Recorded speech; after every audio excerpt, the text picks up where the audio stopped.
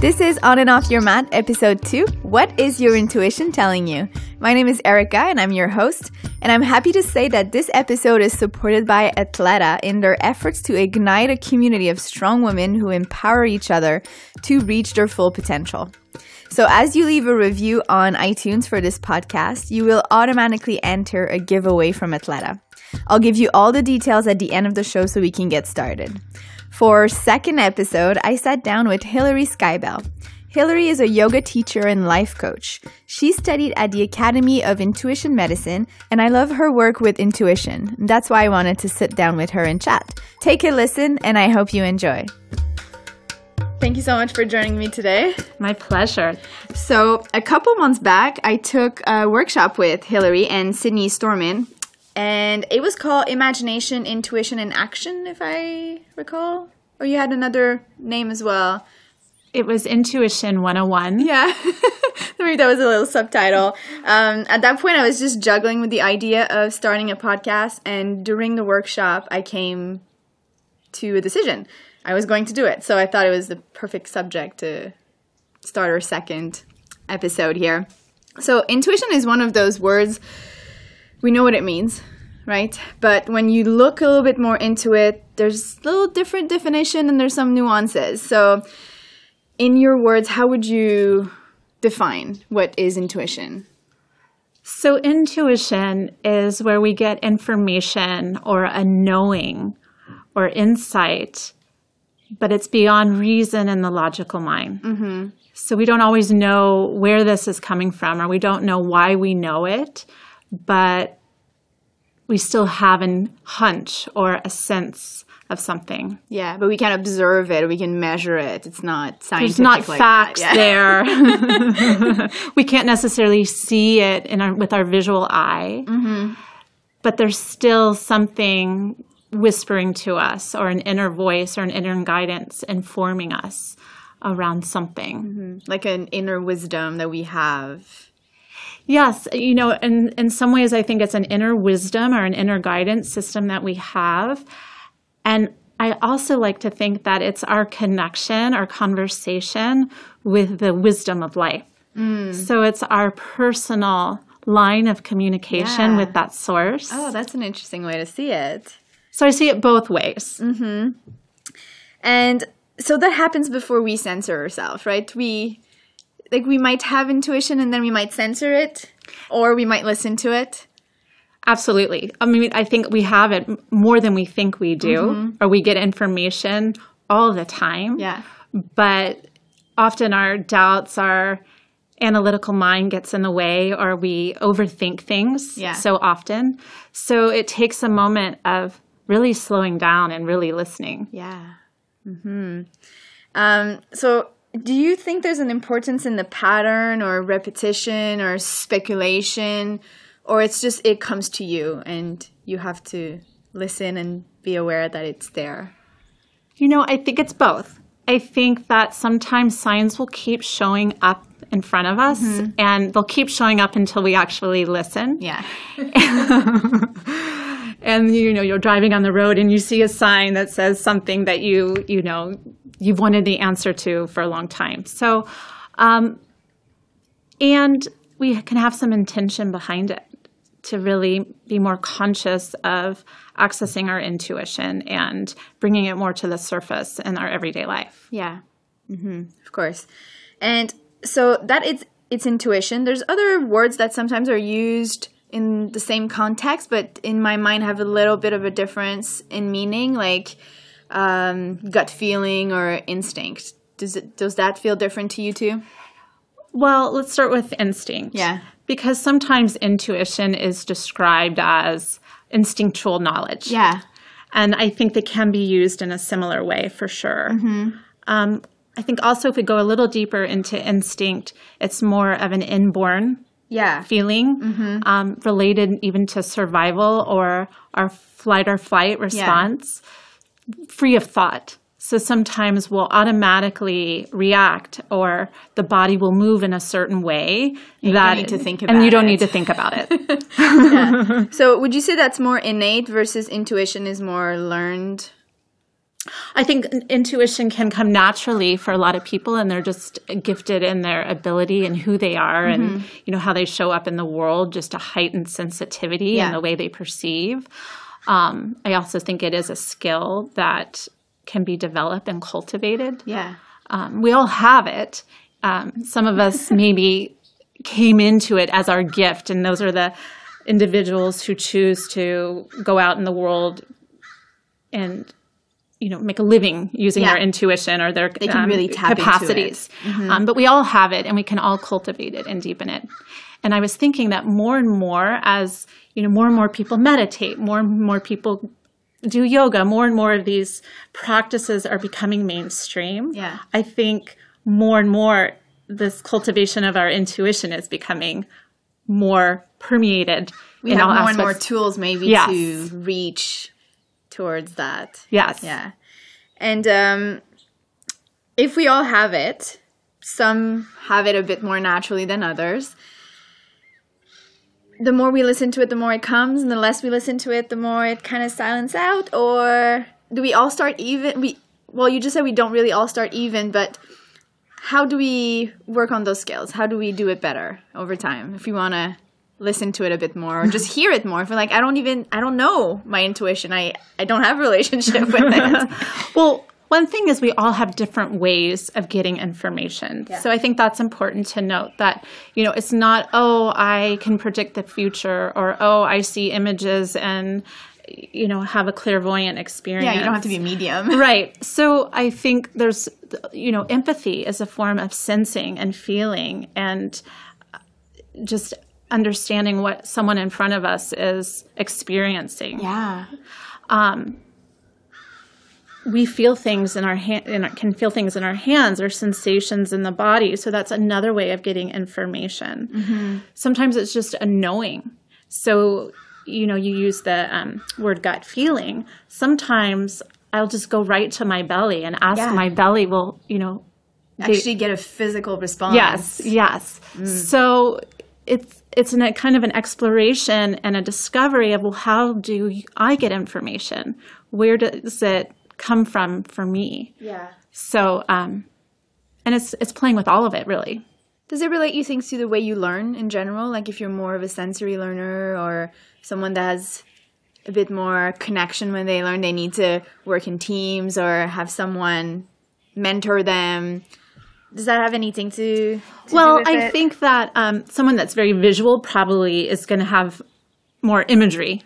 Yeah. Or, color will come to them. Yeah. Someone that's more feeling or sensory is going to feel sensations more in their body. Yeah. Someone that's more auditory, is going to hear clairaudience. Yeah. So I think there's going to be a natural tendency for different individuals, and that doesn't mean that other capacities can't be cultivated or developed. Mm-hmm. Yeah. And with that, is being an introvert or an extrovert might help you or stop you a little bit? Well, so one of the things, I was looking into this a little bit. So one of the things that I discovered was that there's about 4% of the population that are introverts and intuitives. And that seems so low.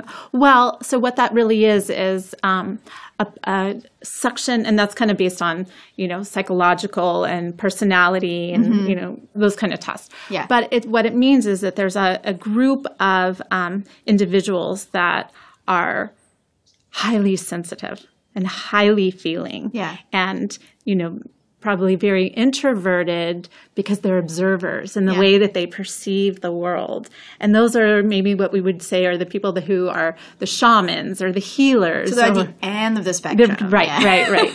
And, I think there's something about being more introverted where you observe, you witness. You don't have to be the center of the attention. There's a slowing down and a quietness. Yeah. And naturally your state of kind of living and being. So that's a place where you can get information. That being said, I think the extroverts can be intuitive too. Yeah, of course. And you think of people in the business world and are very engaged and out in the world, using their intuition and making decisions. So I think that, it's It's available to both introverts and extroverts. Can we say that maybe introverts might have it more naturally and then extroverts need to learn it more? Or am I just inventing things here? I think there could be truth to that. I can't say for sure that that's the answer. I think, along with being introverted often comes a sense of sensitivity and feeling, a lot in the body. So that heightens the ability to get information. On the flip side of that, introverts can also get in their mind about it and overthink it, right? Yes. So I don't think there's a clear... So either way, it could help them or it can kind of stop it. Yes. Where, I could see that. And then more and more, as you were saying, people do yoga and meditation and other practices that might help them bridge the gap. Absolutely. Absolutely. Yeah.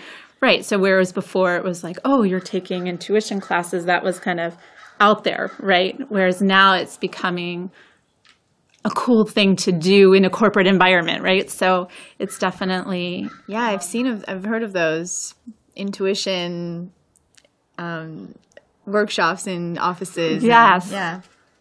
Especially in business or in like art and fashion, marketing, all those things where you need to know your clients and you need to know where you're going.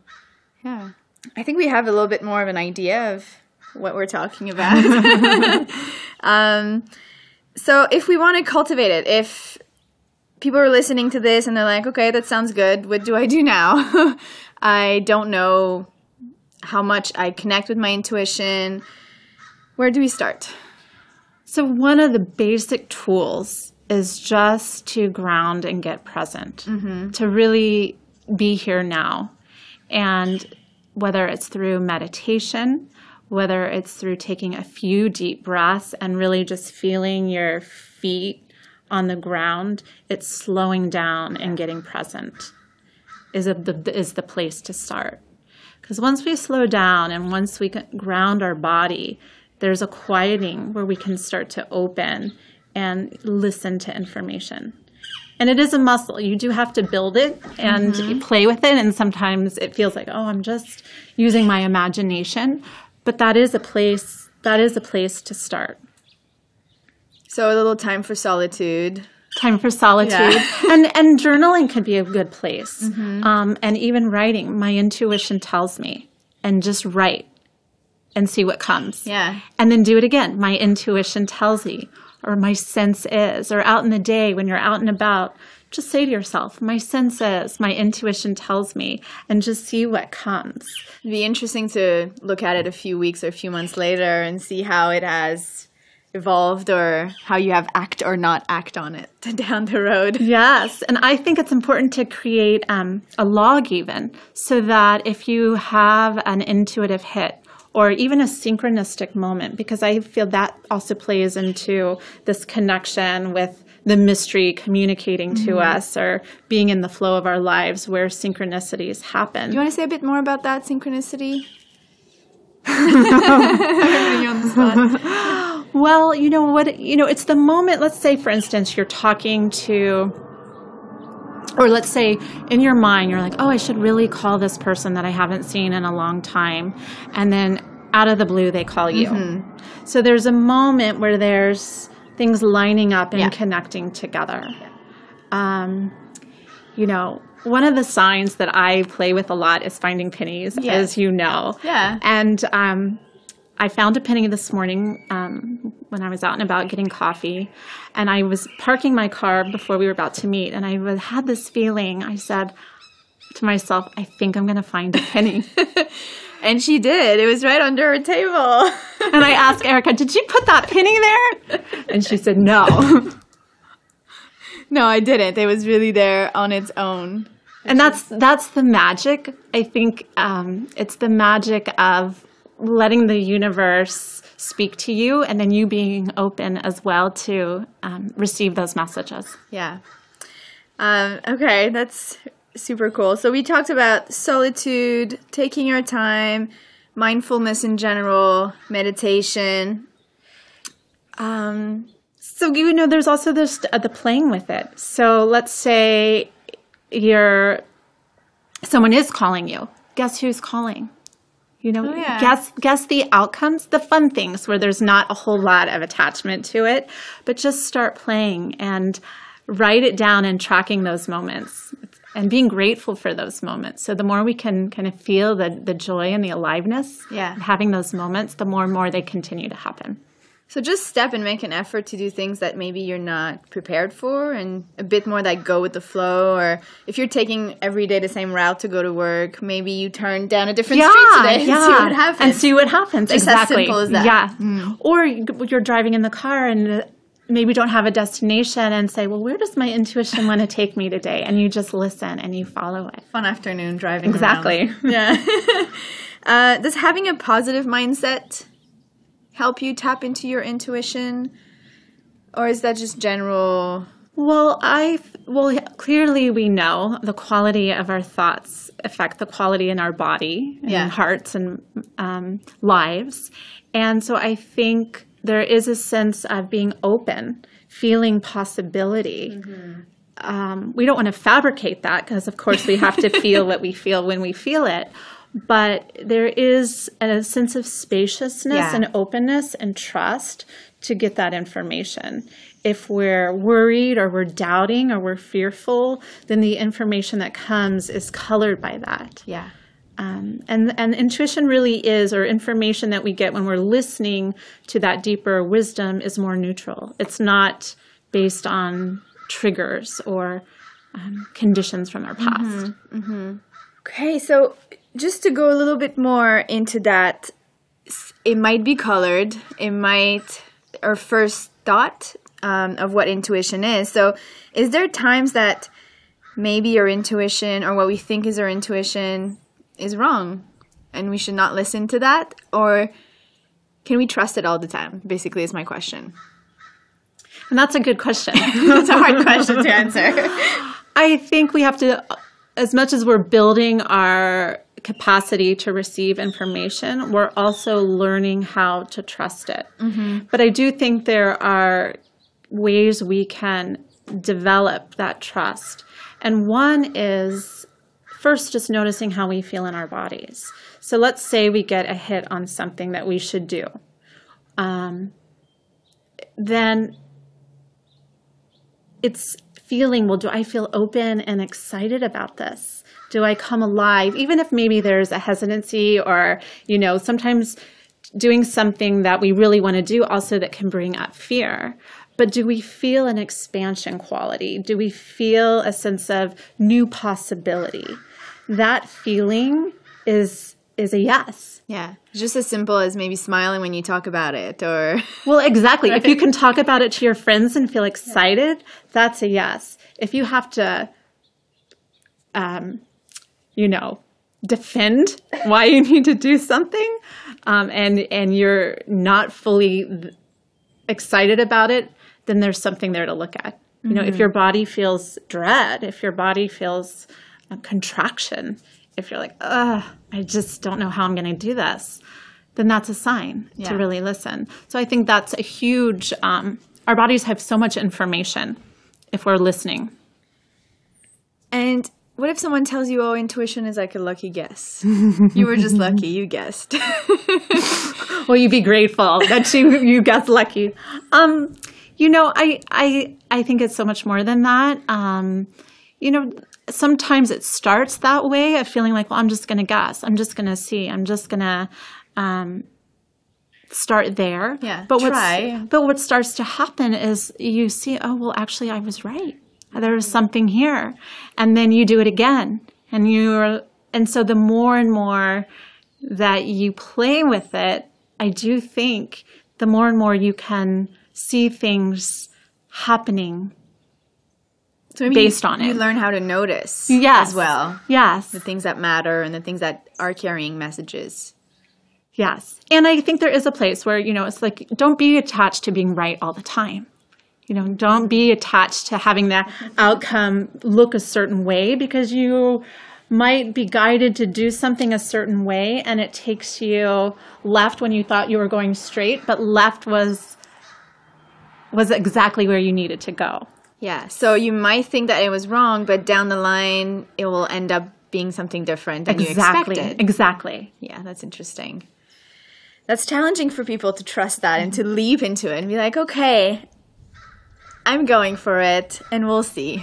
Well, one of the things that I also like to think about, and especially when I'm working with following guidance, is that there's a feeling that it's not just up to me alone. Mm-hmm. I'm not alone on this journey, but there is a bigger source of support. You could say life, you could say the mystery, that the universe is looking out for me. Yeah. And if that's the case, then it's okay to try. Yeah. And it will guide me where I need to go next. And the more we can trust that, the way we have more willingness to take those risks. And it won't really matter what unfolds. Yeah, because then it's the big picture. Exactly. It's not the little steps along the way. It's what will happen on a bigger timeline. Exactly. And then otherwise, we're just sitting back waiting. Not doing anything. So if I'm just starting to tap into my intuition and I'm getting some rights and some wrongs, how do I learn to trust it a little bit more? Do you have any suggestions on things to do if I'm just trying to take a decision and I'm still hesitant, I don't know what direction I'm going, what do I do? So let's say you have a question about something, and you're clear about the question, and you sit and meditate, and you ask for answers to this question, and you get some answers, and maybe you journal on them, but you're still not sure. Well, wait a few days and ask again, and see what you get, and maybe it'll be different, maybe it'll be the same. Then you maybe ask, well, I'm going to see what signs I get around me. So it's not just you coming up with the information, but you ask to receive some messages, whether you pull a card, whether you ask for it to come on your drive to work. You ask and you see and you be open. And when something is right, it will keep showing up. It will repeat itself in different ways. Mm-hmm. So it's to be open to, again, receiving that information. And if it keeps showing up, there's something there. Yeah. And is connecting with others, is that helpful to talk it out, to bounce ideas? Or is that more in the intellect side of decision making? I think it depends, because I think it is important to have your team of support, people that know you and then can reflect back to you and maybe know where you're growing and evolving and maybe know where your patterns are. So I think it is important to have a team of support. And I think it can be tricky because everyone's going to have an opinion and say something. And then you ask 5 people and they all say 5 different things. And then you've lost what's true for you. Mm-hmm. So no matter what, it's important to take in information if you feel like it's important to, ask somebody or even ask an intuitive. But then to still go back and listen and trust yourself. Because only you really know if it's right for you. Mm-hmm. So you don't give it too much weight to what other people might think. It depends. It depends on who I'm asking. Yes. But you take what's right and you let go of what's not right. And if someone gives you information that you feel it doesn't land well, just ask yourself, well, why is that? Is it because it's hard to hear and you don't want to? Or is it because you don't feel it's kind of your truth and authentic to you? Yeah. So I think, again, it's kind of creating space around it and not having the black and whiteness of right or wrong. Yeah. But ask your intuition. How does that land? What do I need to know about this? What's right for me? Yeah. And that's very true, I find, when you think about family culture or even just, where you're from, your general culture, your education, what you're afraid of, all those bias that could take you off that track of listening to what's really good for you. I don't know do you agree with that? I agree. I mean, that's why you do have to sometimes be careful of, who are the right people to ask at the right time. So one thing that you want to be sure of is this coming from an old lens or old fear or past time? Mm-hmm. And is it coming from wishful thinking or just my attachment to a certain outcome? And so again, there's something very neutral about listening to that higher wisdom. It's not colored by the past or attachment to the future. And it's just very pure and clear. Mm-hmm. So it's not seeking the answer you want. Not all the time. And probably that will help us do things that we're scared of or that challenge us and help us grow. If you're only looking for the answer you want, you're staying in what's comfortable and what feels good, but it might not be what's actually good for you. Right. Do you have any other tricks or any other ideas we can give people what they could do in their everyday life? We talked already about a few things, stepping out of your comfort zone, doing things out of not what you would do usually. Sorry, I couldn't come up with the words. Solitude, journaling, meditation, mindfulness. We said a lot already, but I don't know, is paying attention to your dreams or being creative. Is there any other things that maybe definitely pay attention to your dreams. I do think that intuition is a creative process. So see it as a creative process and see it as just like you're painting, you're creating. And you're co-creating with, you could say, life in a way. So even having those creative visions of what you want in your day to happen, I think is a way of using your intuition. Going out in nature, go on a hike, go on a walk, see what comes to you in those moments. Mm-hmm. Be open to your senses, what you see, what you hear, sharpen your senses. Slow down. Yeah. We're so busy, but if we can just slow down for 5 minutes a day and use that as a time to open, to hear whatever comes, things will start to shift and change. They just will. And why? Why should we do that? If someone's like, that seems like a lot of work. Well, here's the thing that I really believe to be true. Is the more we can listen to that guidance and act on it, the less efforting our life becomes. And what I mean by that is we're not wasting effort in trying to, it doesn't mean things aren't challenging or we don't have a vision and we have to work really hard to go for it. But it's like the support that we need starts to open and expand. So we have a vision to create something and we're following our intuition.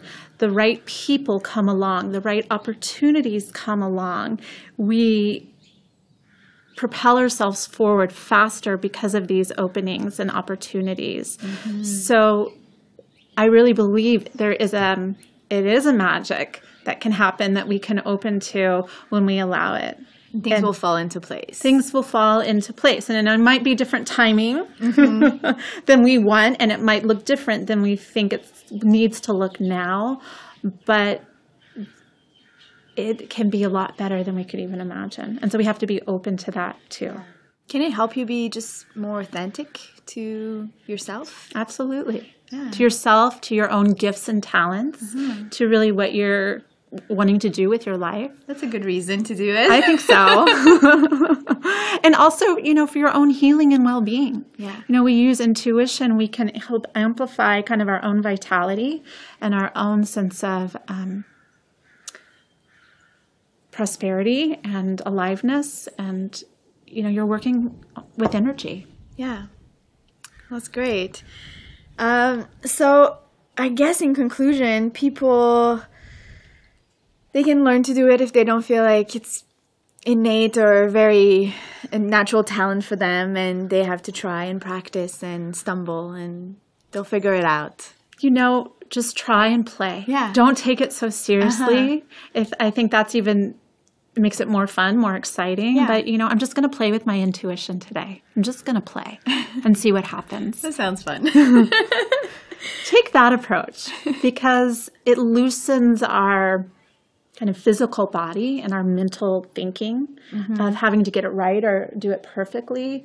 And the more that loosens, the more we can open and listen. Yeah. Okay. Well, that was great. Before we completely finish, I'll put all your info in the show notes, but where can people reach you if they want to chat about this or anything else, take a class, a workshop, or retreat? I'm sure you have a lot of interesting things coming up. Yes. Well, I teach regular yoga classes at YogaWorks in Marin. You can find me on Facebook or Instagram, Hillary Skibell. And my website is www.hillaryskibell.com. And you can also find me. I'm doing some retreats. I'm doing a retreat in June in Maui through International Yoga. So that's internationalyoga.com. And they'll include yoga, but some intuitive work as well. And just a very magical week. Yes. Oh, I'm sure. Okay, well, thank you so much. Thank you, Erica. It was so fun to connect with you. Thank you so much for listening. We have super interesting guests coming up, so make sure to subscribe. Now, if you want to make my day and get a chance to win a $75 gift certificate from Athleta, all you have to do is head on to iTunes and leave a review. As you leave a review, you automatically enter the giveaway, and I will announce the winner on the next episode. If you're not sure how to do that, I'll leave the instruction in the show notes with all the info you need to know about our guest of today. You'll find the show notes at ericabelanger.com, and I spell my first name with a K, /blog-podcast. And I'll also make an Instagram story if that's more your jam. Once again, thanks for joining us, and until next time.